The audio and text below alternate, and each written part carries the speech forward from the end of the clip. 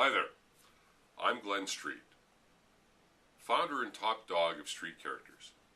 You know, it's hard to believe it's been almost 30 years since I was involved in the creation of my first character, and that Street Characters is celebrating its 25th anniversary. Now, over those almost 30 years, I've seen and learned a lot. And what I'd like to do today is share with you some of my experiences.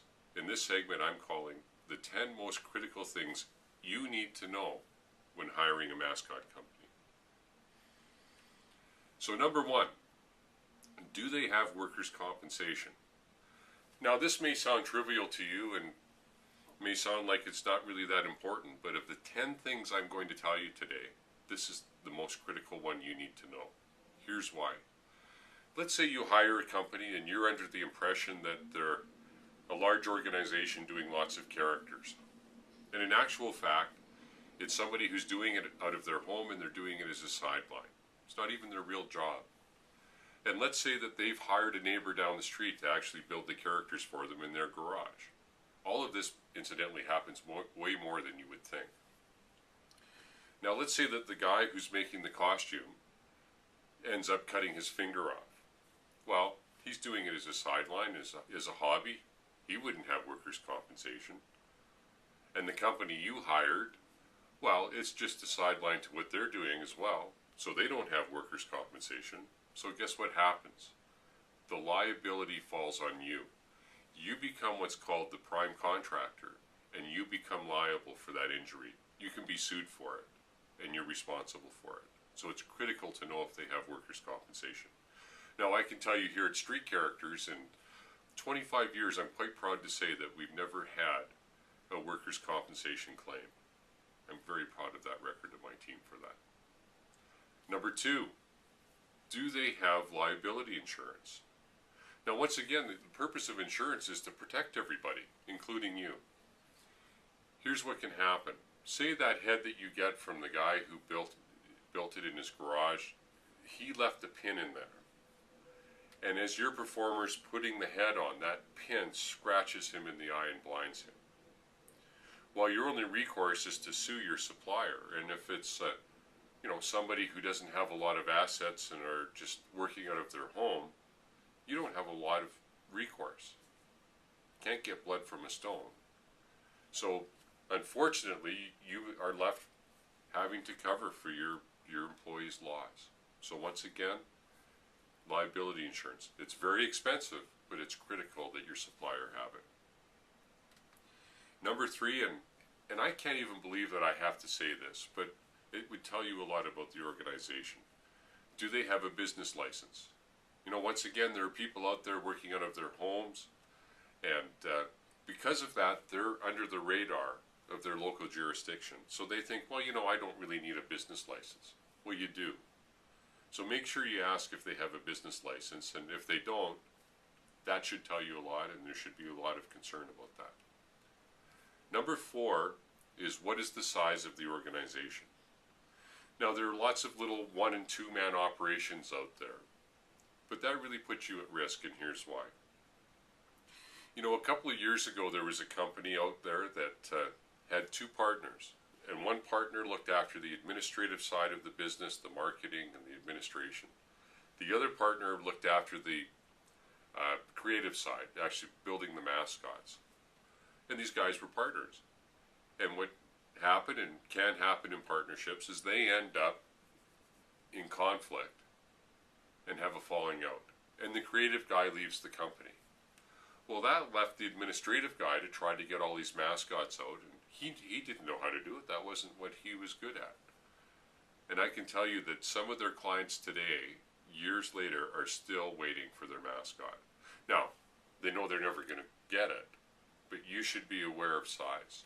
I can tell you here at Street Characters, we on average have 15 to 20 people in our shop.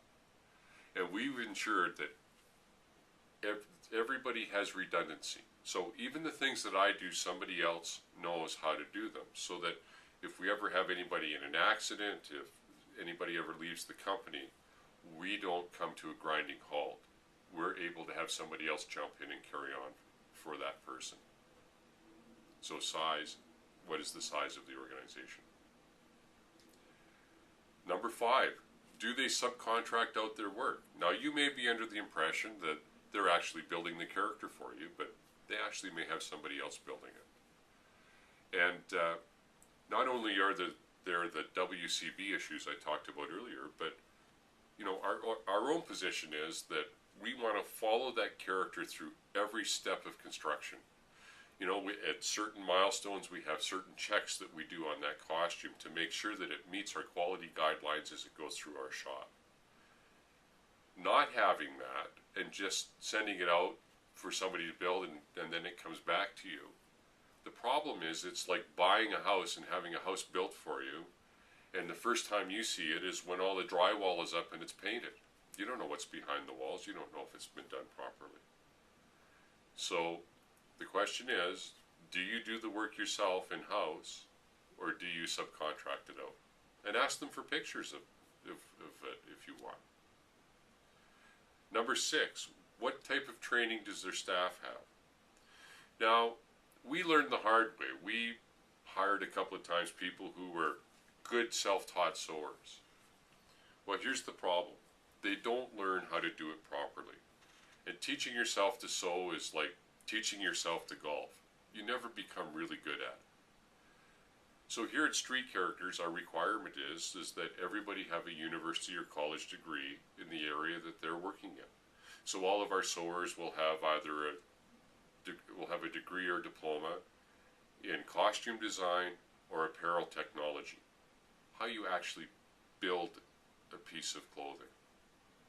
And all of the people that work in our props department, making the heads and the feet, they must have a theater arts technical stream diploma. Now what that means is that they've gone through proper training in the building of props, they've worked in theatrical productions, they've learned how to pattern, they've learned how to take notes. And it's the only way to do it. So training is absolute key. You can't train yourself just like you can't train yourself to golf. Number 7, do they have safety guidelines and protocols? So once again, I can tell you what we do here at Street Characters. So for every chemical that we have on site, we have a sheet called an MSDS. We keep all of those in a binder and everybody knows where that binder is. What each sheet tells us is what the chemicals are inside that chemical, how you handle it, how you store it, and most importantly, what to do for first aid treatment. So say somebody splashes something into their eye. We have the proper protocols in how to treat that individual. And not only that, but we review those every 6 months. So every January and every June, we go through that entire binder. If there's any new chemicals that have come in, we make sure that we have the sheets for that. And if some of the sheets are outdated, we create new ones just to make sure that we're always on top of it. Safety is absolutely critical here. Number 8, how stable are they? Now, earlier I did a video, and you've probably seen it, where I show you a costume that is substandard. Would have never, ever, ever left our shop. The people who built it, they used poor materials. They used seconds out of a factory to make the character. And the worst part is that the people who bought this, when they bought it, the company had one name. And when they went back a year and a half later, the company had a second name. So they'd gone out of business and they'd started up again. And finally they brought the costume to us because when they went to find them the third time, they were no longer in business. You know, as I say, we're celebrating our 25th year, so I'm quite proud of that. Not many companies make it 25 years, and I think that does tell you something about stability. Number 9, are mascots their only business? You know, we live and die by creating characters here, and that's all that we do. We don't have a costume rental shop. We don't have another manufacturing line that's doing a sideline of something else. We live and die by creating mascots. And I think that's important for you because you know that you have our full attention. So our mascot's your only product. And number 10, do the principals in the organization have mascotting experience? You know, I can't imagine somebody knowing how they would build a character for somebody else if they've never spent time in a character. You know, I've done the NHL, National Football League, and Major League Baseball. I've performed in all of those. And I know what it takes to create a great costume. Making it look the way you want it to look is the easy part, but it really has to be functional and user-friendly and safe for the performer inside. Because, after all, if the performer can't wear it, it's of no use to you. So what kind of experience do the principals have in the organization? So that's the top 10. So just to review, number 10 is, do they have mascot experience? Number 9, is it the only product that they produce? Number 8, how stable are they? Have they had a number of different name changes? Are they new in the industry? Number 7, do they have safety guidelines and protocols to protect their people? Number 6, do they have trained staff? Number 5, do they do their work in-house or do they actually subcontract it out? Number 4, how large is the organization? Do they have redundancies throughout the organization so that if something happens, you're still going to get what you paid for?